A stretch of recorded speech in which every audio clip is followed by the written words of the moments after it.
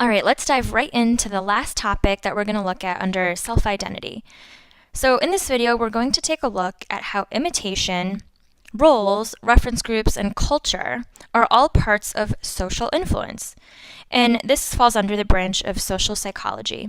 So social influence is a major topic in social psychology, and it looks at how individual thoughts, actions, and feelings are influenced by social groups. So here's our individual, and these houses represent the social groups or society in which the individual interacts. So imitation is the first topic that we're going to look at. And imitation is referred to, or as a type of individual social influence. So let's just write imitation in here. Imitation is basically one of the most basic forms of social behavior. It's when we're copying someone else. And it begins with an understanding that there's a difference between others and ourselves. So other psychologists have argued that this understanding in difference between ourselves, our own bodies, and others doesn't occur until a few months or maybe even a few years into childhood, while other theorists say it happens once we are born. Now, in 1977, one man named Andrew Meltzoff published a study that questioned the theory that said an understanding between self and others happens a few months after birth. So picture yourself playing with a tiny baby. Let's draw our tiny baby down here.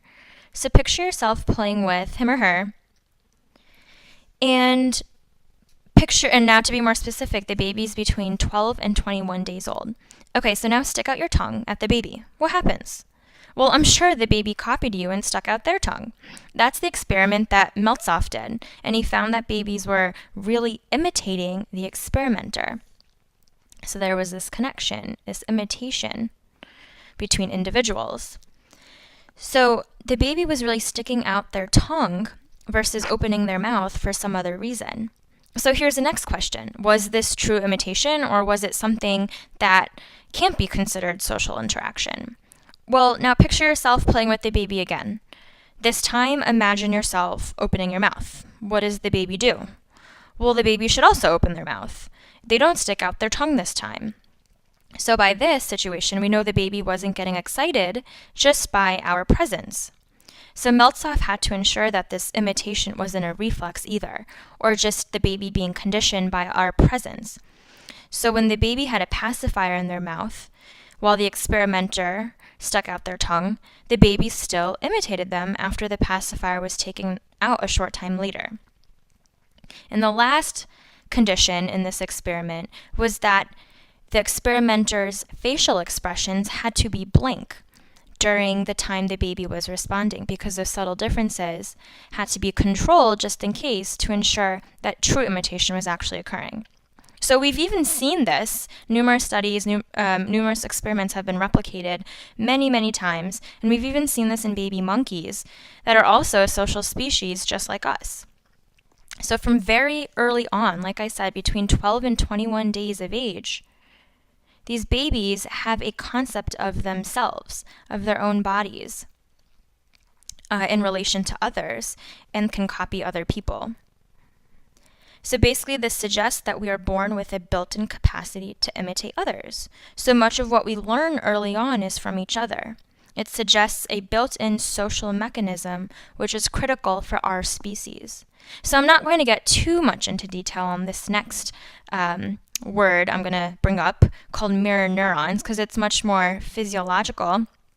But these mirror neurons have also fascinated scientists, because basically what they do is when one fires when we act, another is fired when we observe the same action performed by another person. So essentially these neurons are mirroring the behavior of the other.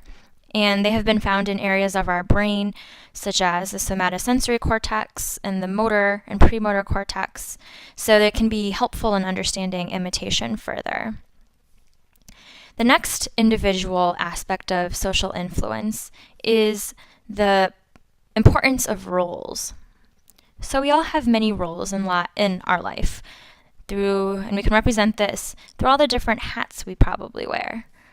Maybe we're a brother or sister, a doctor or a teacher, a friend, a social worker, whatever it may be.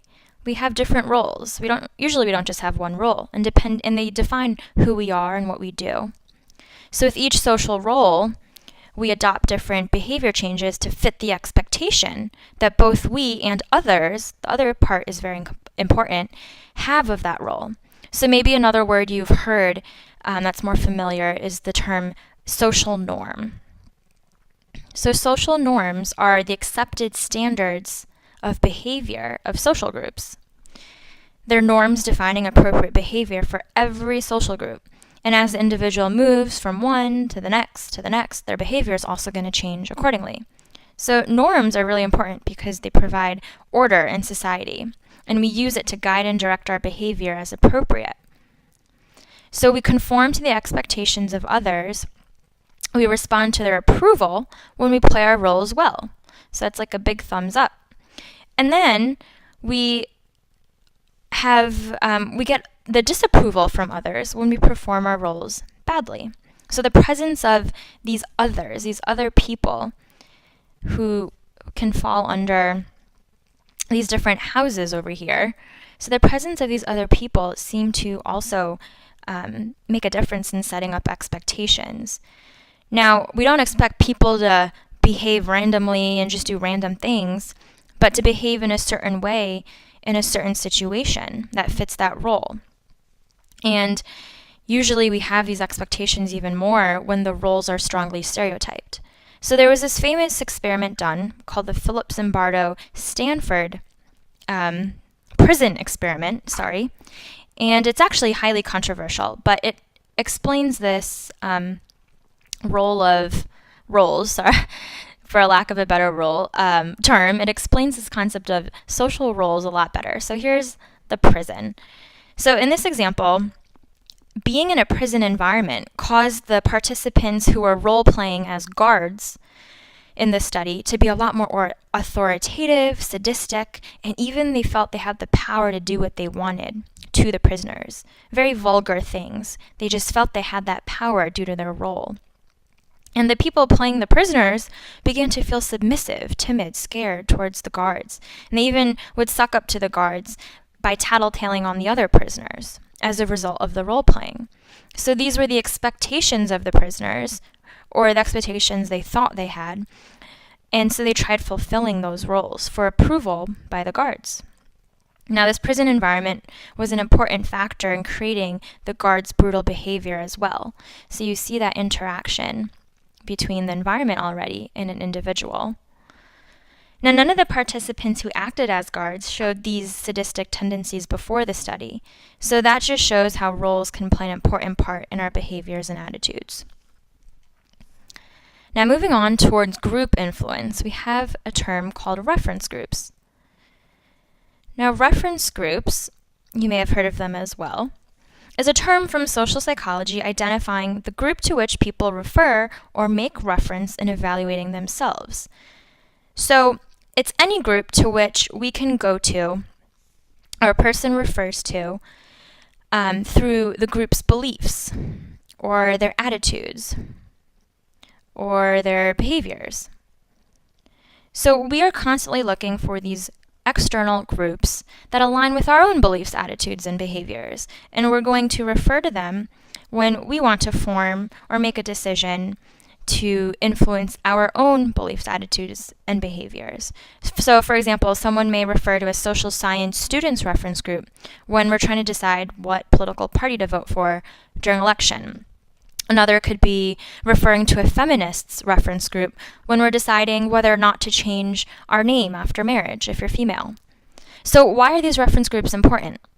Well, any person or group that serves as a point of comparison for an individual in the formation of general or specific values influences our social decisions. So have you ever gone shopping for a gift or out to buy a new car? You're going to bring your reference group with you. What I mean by this is not a whole posse of people. You may bring someone that you look up to, like a parent, to ask for advice, but subconsciously we have these attitudes and beliefs formed, and it's where we seek to get this advice or to satisfy the expectations of others, to be like someone we admire, or to get some sort of approval to some degree. So these reference groups set some level of aspiration. So we can just write that to remember.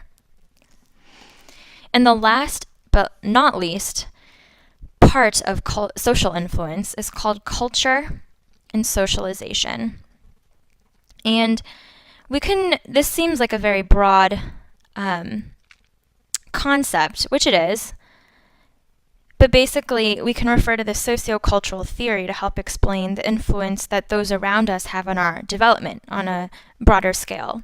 So it looks at the important contributions that society, these houses, these people around us, make to this individual development. It emphasizes the interaction between developing people and the culture in which we live. So all of these interactions are important, whether it's between individuals or a group of people, whatever it may be. Our parents, our peers, our neighbors, teachers, coworkers, they all influence our social identity development.